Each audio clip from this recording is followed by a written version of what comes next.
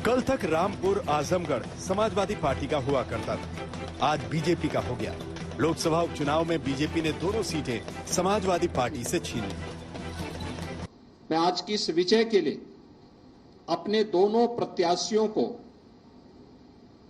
श्री दिनेश लाल यादव निरोवा को और श्री घनश्याम सिंह लोधी, दोनों प्रत्याशियों की विजयश्री के लिए उन्हें हृदय से बधाई देता हूं।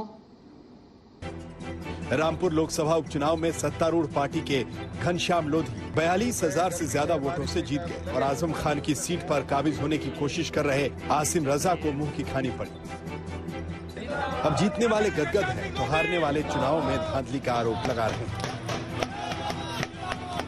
देखिए, माननीय योगी जी का और माननीय मोदी जी का तो जो विकास जो कराए हैं उन्होंने क्षेत्र में, उसका तो रहा ही है क्षेत्र में जो भी, लेकिन लोग जो गढ़ कह रहा हो ना, गढ़ किसी का नहीं रहा है। ये रामपुर जो है पहले 4 बार यहाँ से भाजपा जीत चुकी है, क्योंकि सांसद 4 बार बन चुके हैं भाजपा के। उससे पहले कांग्रेस के बनते रहे। सिर्फ सपा 2 बार चुनाव जीती है, बाकी सब सपा का गढ़ कोई नहीं रहा है। कोई चुनाव नहीं, रामपुर में कहाँ चुनाव हुआ? चुनाव नहीं हुआ। चुनाव को तो कैप्चर कर लिया पुलिस ने, राम खत्म कर दिया प्रशासन। कोई चुनाव नहीं हुआ, राम मत ही डालने नहीं दिए गए। 3 कॉन्स्टिट्यूंसियों को टारगेट बना के, मुस्लिम बहुल्य क्षेत्रों को टारगेट बना के, लोगों को जहां 600 वोट वहां 4 वोट पड़े, जहां 500 वोट 9 वोट पड़े। इतने लोग कोई उदासीन थोड़ी वोट डालने के लिए कि सब वोट ही नहीं डालेंगे। रामपुर से समाजवादी पार्टी के आजम खान सांसद हुआ करते थे, लेकिन विधानसभा चुनाव में जीत के बाद उन्होंने सांसदी छोड़ी तो उपचुनाव हुआ। नतीजे आए तो पता चला रामपुर पर उनकी पकड़ कमजोर हो गई, लिहाजा बिना वक्त गंवाए वो मुसलमानों को भड़काने में लग गए। आजम खान ने पार्टी कार्यकर्ताओं को संबोधित करते हुए क्या कहा, आप खुद सुनिए। एक ही वर्ग है जो हर नफरत का हकदार है, जूते खाने का, ठोकरे खाने का, गाड़ियों पर हाथ डलवाने का, टोपी पर हाथ डलवाने का, थानों में बंद होने का, मुकदमे लिखे जाने का, उन्हें लूटने का, उन्हें बर्बाद करने का, सिर्फ एक ही वर्ग का हिस्सा बनता है। अब समाजवादी पार्टी का गढ़ रहे आजमगढ़ चलिए, ये सीट अखिलेश यादव की थी। बड़ी उम्मीदों के साथ उन्होंने अपने ही चचेरे भाई धर्मेंद्र यादव को उम्मीदवार बनाया था, लेकिन रामपुर की तरह ये सीट भी समाजवादी पार्टी के हाथ से फिसल गई। अखिलेश के गढ़ में मोदी और योगी का जादू चल गया। बीजेपी के दिनेश लाल यादव निरहुआ जीत गए, समाजवादी पार्टी के धर्मेंद्र यादव हार गए। देखिए, बहुत सारी चीजें थी, प्रशासन साथ चल रहा था, वोट कट रहे थे, जुड़ रहे थे, लाल कार्ड दिए जा रहे थे। जो लोग जरा भी सरकारी लाइसेंस होल्डर थे उनको फोन हो रहे थे, धमकाए जा रहे थे और बहुजन समाज पार्टी का गठबंधन चालू था। आजमगढ़ में समाजवादी पार्टी की हार में बीएसपी के उम्मीदवार शाह आलम उर्फ गुड्डू जमाली ने बड़ी भूमिका निभाई, जिन्हें 2.5 लाख से ज्यादा वोट मिले। देखिए, हम लोगों ने जी जान से कोशिश किया, चुनाव जीतने के लिए चुनाव लड़ रहे थे, अच्छा जन समर्थन भी मिला है। ऐसा नहीं है कि कोई बहुत नॉमिनल मार्जिन से हार जीत का अभी आप देखेंगे कि आएगा, लेकिन ये ठीक है कि मुझे ऐसा लगता है कि हम लोग पूरी तरह से जनता तक अपनी बात को पहुंचाने में नाकाम रहे। सपा का कहना है कि आपकी वजह से उनको मदद मिली कहीं ना कहीं बीजेपी को। देखो, सपा अपनी बात कह रही, मैं भी यही कह सकता हूं कि अगर सपा ना होती मैं क्लियर कट जीत जाता। सपा ने ही तो हमारे वोटों पे उसने डेंट किया, वो कहते हमने डेंट किया। मैं यहाँ का रहने वाला हूँ, ये जमीन मेरी, उनका यहाँ क्या है, उनका क्या है यहाँ पे? वो किस राइट से ये बात कहते हैं? भाई यहीं पे ये मेरी मदरलैंड है, फर्स्ट राइट मेरा है। समाजवादी पार्टी से दोनों लोकसभा सीट छीनकर बीजेपी गदगद है। मुख्यमंत्री योगी आदित्यनाथ ने परिवारवाद और सांप्रदायिक ताकतों को कड़ा संदेश दिया।